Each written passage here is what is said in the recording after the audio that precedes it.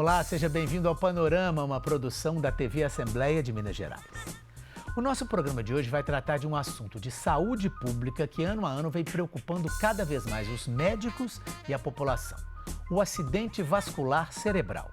Mais conhecido como AVC ou como derrame, o acidente vascular cerebral já é a segunda maior causa de morte no Brasil, só perdendo para a doença arterial coronariana. Só no ano passado foram registrados 112 mil óbitos em decorrência do AVC no país. Isso sem contar os milhares de pacientes que tiveram sequelas, algumas muito graves por causa dos derrames. No panorama de hoje, vamos falar sobre as causas, a prevenção, os tratamentos e os sinais de que a pessoa pode ter sofrido um AVC, porque nesse caso, cada minuto importa. Fique conosco que o panorama está só começando.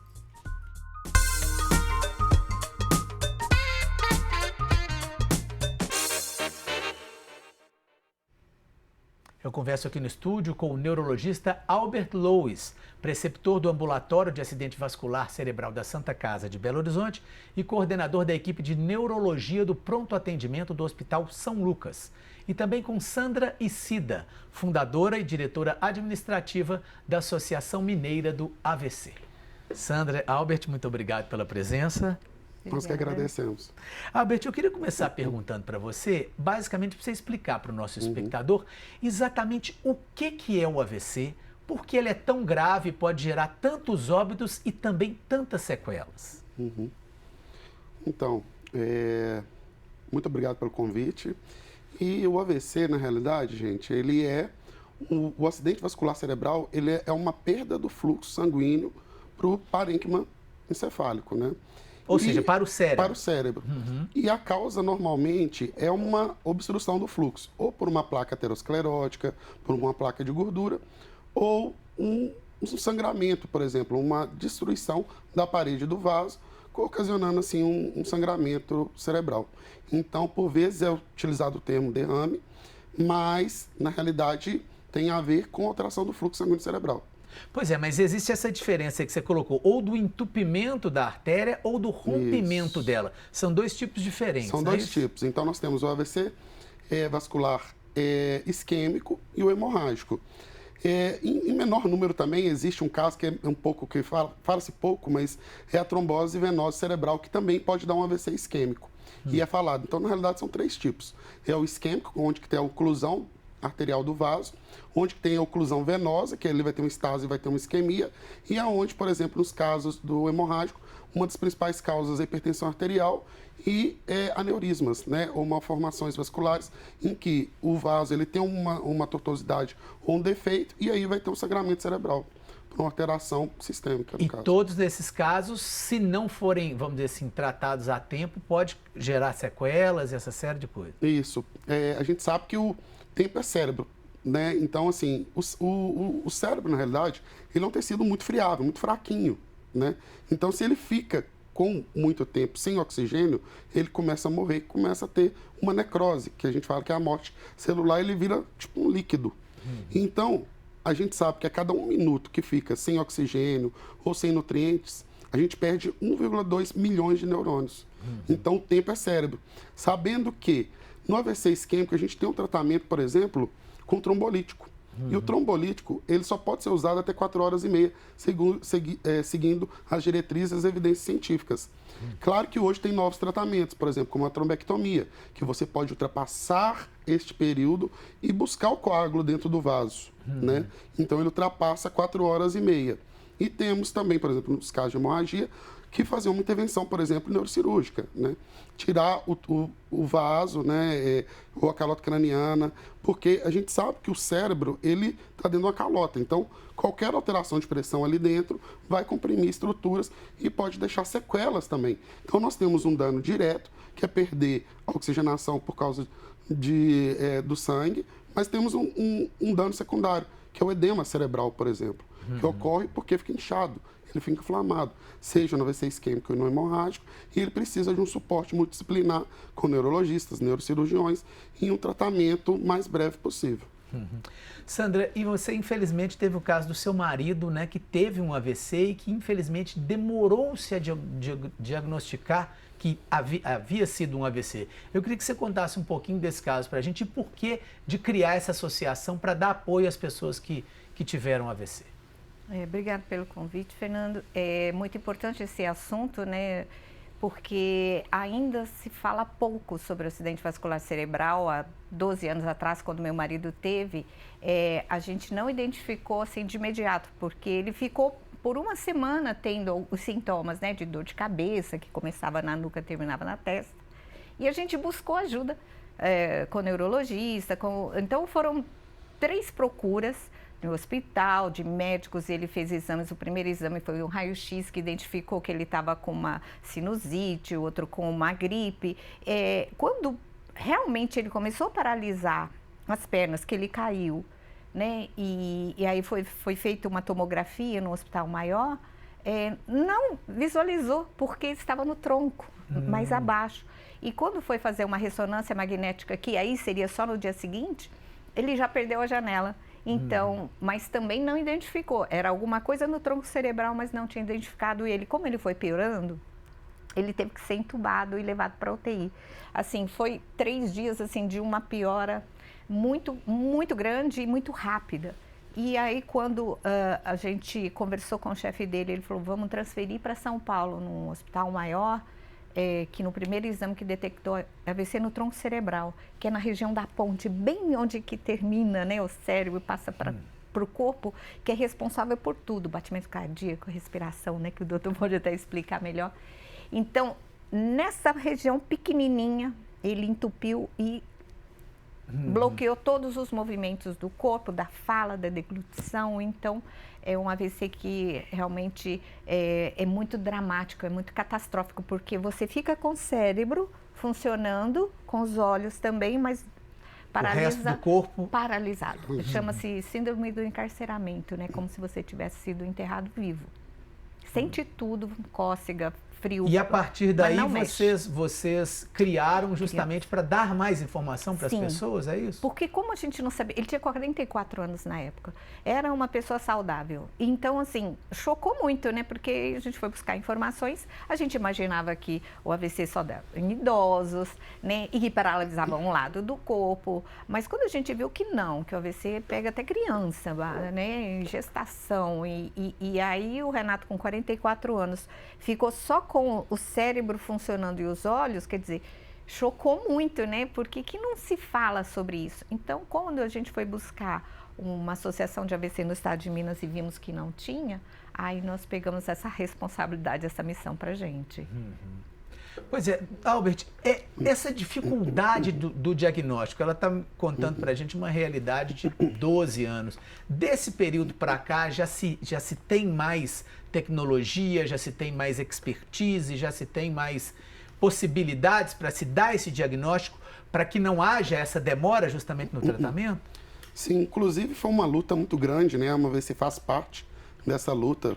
Lá em 2012, foi lançada uma portaria, que é a portaria do Ministério da Saúde, que é a 665 de 2012, que cria a linha de cuidados para o AVC, né? Porque antigamente era totalmente desestruturado. A gente não sabia, a equipe não era treinada. Quando a gente vai tratar um AVC, a gente pensa num carro de Fórmula 1. Tem que estar todo mundo preparado, todo mundo no seu local, né? Sabendo que, além de tudo, tem que ter equipamentos. E um dos equipamentos mais importantes é a própria tomografia. Então, um hospital ele tem que ter uma base. Um raio-x não vai dar diagnóstico. Teria que ser uma tomografia. E mais, e depois na RDC, fala que além da tomografia, a gente precisa fazer uma angiotomografia. Nós estamos falando de vaso. Se nós falamos de vaso, nós temos que estudar o fluxo sanguíneo cerebral. Então, a gente tem que injetar um contraste, a gente tem que ver a circulação, ver se está chegando sangue, se tem um aneurisma ou uma formação.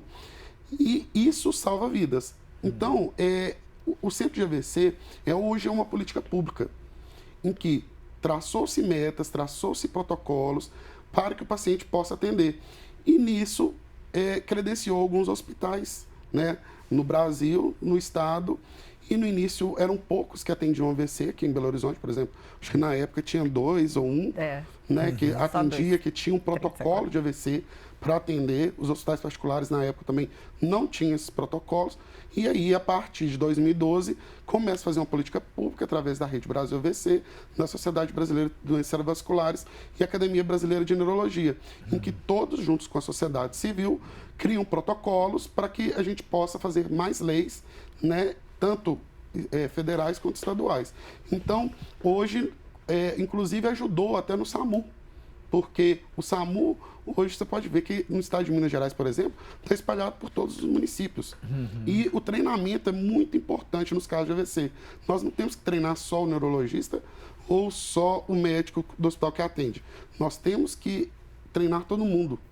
Da base, que é lá o SAMU, que é o emergencista, ao paciente, às pessoas, né, a população em geral. Então, isso é muito importante, porque a pessoa precisa saber o que é um AVC, né, quais são os sintomas e o diagnóstico para poder chamar, por exemplo, uma urgência.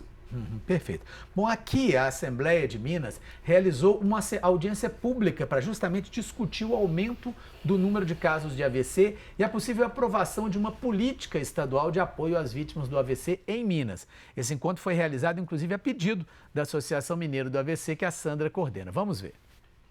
A demora no diagnóstico deixou o Renato na cadeira de rodas aos 44 anos. A mulher dele conta que foram 3 dias de piora dos sintomas até descobrirem a doença. E ele começou a sentir uma dor de cabeça, começava na nuca e terminava na testa. E ele fez um raio-x. O raio-x não enxerga essas isquemias. Ele foi piorando e perdeu força na perna. No final de semana, era véspera de carnaval. Na primeira ressonância, descobriu que ele teve AVC no tronco cerebral. Mas já tinha se passado 3 dias. E aí já sequelou muito. A paralisia física de Renato não parou o casal, que criou uma ONG para lutar por informações e tratamentos. A Associação Mineira do AVC procurou a comissão para realizar o debate. Além da prevenção, lutar por tratamento, e a gente veio trazer essa temática aqui e cobrar, né, o Estado, por que não tem? Os participantes destacaram a importância da prevenção. Fatores de risco como excesso de peso, sedentarismo, pressão alta e tabagismo precisam ser observados pelas equipes de atenção primária nos postos de saúde das prefeituras. Na outra ponta desse atendimento, é essencial ampliar os serviços de reabilitação. Sandra, em termos de reabilitação, como é que está sendo, como é que foi esse processo aí ao longo desses anos e o que o sistema público oferece e o que está tendo que ser feito pela associação, pelas famílias dos pacientes? É interessante que, assim, para o acidente vascular cerebral, que é cérebro, não adianta uma reabilitação esportiva, né, ortopédica, precisa ser uma reabilitação neurofuncional, que os neurônios façam as ligações, as conexões para que ele volte a desempenhar algumas funções. Aqueles que morreram não voltam mais, mas existem essa neuroplasticidade que aí sim esses outros neurônios vão fazer. Infelizmente aqui em Minas Gerais a gente não tem uma rede assim específica para isso. A gente tem o SAR, a gente tem os CREABs, né, que fazem todo esse tipo de atendimento. O que são os CREABs? Centro de Reabilitação da Prefeitura. Então tem a equipe, né, que é físio, fono, TO, mas assim, não tem essa especialização. O que a Associação Mineira do AVC lutou, né? Então, a gente criou uma associação, né, de pessoas com AVC e familiares que a gente lutasse especificamente para a demanda do AVC. Qual que é o suporte, né? O que precisa? Precisa de ser aposentado, ter uma renda, precisa de cadeira de rodas de banhos. Existe uma demanda muito urgente depois que sai do hospital.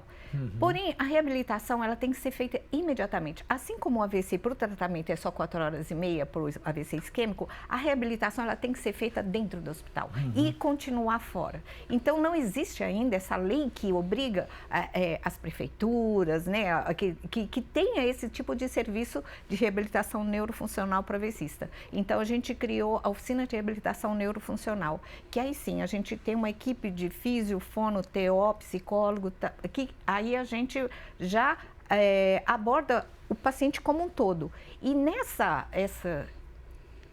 nesse histórico todo, a gente percebeu que a melhora, ela vem progressivamente e a gente está atingindo não só o lado físico, mas muito o lado emocional. Tanto é que foi uma moça lá que tentou 3 vezes contra a vida porque ela não via mais chance de melhora. E quando ela entrou na associação, ela conseguiu reabilitar, ela conseguiu ter voltar a fazer o que ela mais amava, que era correr em volta da lagoa, porque ela teve AVC correndo na lagoa. Então, assim, existe um preconceito muito grande para os pacientes de AVC que sequelam muito, né? Então, eles acham que, como é idoso, deixa, sequelou, não. Tem sim. A gente tem que enfrentar isso, né? De frente, falou assim, tem reabilitação, não para todos, mas qualquer melhora é muito bem-vinda, porque 70% não retorna ao mercado de trabalho. Então, a gente vai falir o país se não enfrentar, não tiver essa discussão, esse enfrentamento, e vamos olhar de frente. Né? Então, existe, tanto é que nós tem o projeto Angels, né, que faz a cidade Angels. O que é a cidade Angels? É pegar aquela cidade que trabalha, que foca não só a parte da prevenção, mas, por exemplo, que tenha um SAMU eficiente, que pega o paciente e leva o mais rápido possível para a unidade de AVC, que é um hospital preparado, que não adianta ser um hospital lindo, maravilhoso, se ele não tiver a unidade de AVC com protocolo. E depois desse protocolo, tudo que foi feito, né, de AVC isquêmico ou hemorrágico, sequelou, para onde que ele vai? E aí a associação, ela pegando esse paciente, reabilitando e devolvendo à sociedade, esse é o modelo de unidade de cuidado do AVC ideal. E nós estamos pleiteando Lagoa Santa ser uma das cidades Angel e já estamos sendo avaliados. E é isso que a gente quer mostrar, que esse modelo existe, não fomos nós que inventamos, mas que é possível, né? Numa cidade de 70 mil habitantes, ela é possível em qualquer lugar do país. Perfeito. Bom, na audiência pública na Assembleia também houve espaço para o debate sobre a capacidade da rede de atendimento para o AVC no Estado e também sobre o que deve ser observado pelas pessoas comuns para saber se algum amigo ou parente sofreu um AVC. Olha só. São apenas 4 letras ensino médico. Atenção a elas e você pode ajudar alguém que está tendo um AVC. O S você vai pedir para a pessoa sorrir. Então, quando ela sorrir, se ela não conseguir sorrir um lado, por exemplo, pode ser uma emparesia facial, então é um sinal de alerta. O A você vai pedir para a pessoa te dar um abraço. Então, se ela não conseguir te dar um abraço de um lado ou de um lado mais forte que o outro, também pode ser um sinal que um lado está mais enfraquecido, né? O M de mobilidade, pedir para a pessoa dar uns passos. Então, se ela tiver com uma marcha arrastada ou dificuldade de andar, pode ser um sinal de AVC. E o U é só para lembrar que o AVC é uma urgência, então temos que chamar o SAMU. Segundo a Sociedade Brasileira de Acidente Vascular Cerebral, o AVC é a segunda doença que mais mata os brasileiros, além de ser a principal causa de incapacidade no mundo. Aproximadamente 70% das pessoas não retornam ao trabalho após um AVC por causa das sequelas e 50% ficam dependentes de outras pessoas no dia a dia. O atendimento rápido em hospitais com equipes especializadas é essencial para evitar sequelas. De acordo com a representante da Secretaria de Saúde, a rede estadual tem 17 hospitais habilitados e 22 credenciados. Mas não são todas as regiões que contam com esse atendimento. Albert, eu pesquisando um pouco sobre o programa, eu vi, por exemplo, um tipo de tratamento que é chamada trombectomia. Isso. Que é basicamente, pelo que eu como leigo entendi, é você colocar um catéter e conseguir desentupir a artéria. Eu queria saber se existem outras técnicas também, outras fórmulas. Por exemplo, eu li que existe um aplicativo para ver se a pessoa pode estar tendo um AVC ou se tem algum tipo de sintoma. Como é que a tecnologia pode ajudar? E será que essa tecnologia vai chegar a curto ou médio prazo no sistema público? Ótimo essa pergunta, porque o que a gente tem hoje de tecnologias novas? Inclusive está à disposição de todo mundo. A gente tem um aplicativo, né, Sandra, que é da AMA AVC, participou também, nós participamos da Sociedade Brasileira de Doença Vascular, que é a criação do aplicativo da Rede Brasil AVC, em que você coloca lá liga o aplicativo, mostra onde que você está e os hospitais mais próximos que atendem o AVC, por exemplo. Né? Lá tem indicativos, né, do que você pode fazer, por exemplo, para evitar novos AVCs, né, fatores de risco. Temos também um aplicativo que foi criado pela Sociedade Brasileira de Doença Cerebrovascular, que é o riscômetro, para ver o que você tem de patologias, de doenças, como colesterol alto, diabetes, pressão alta, e o seu risco de ter AVC. Então, ele está disponível em qualquer celular.